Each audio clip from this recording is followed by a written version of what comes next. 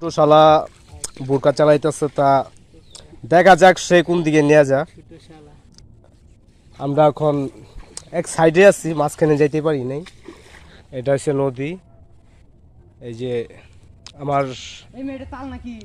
আমার শ্বশুর বাড়ির পিছনে একদম কাছাকাছি একটা নদী।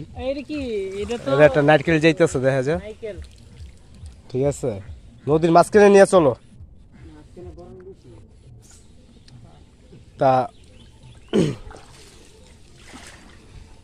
দেখা যাক আমরা কোন পথে কতটুকু যাইতে পারি।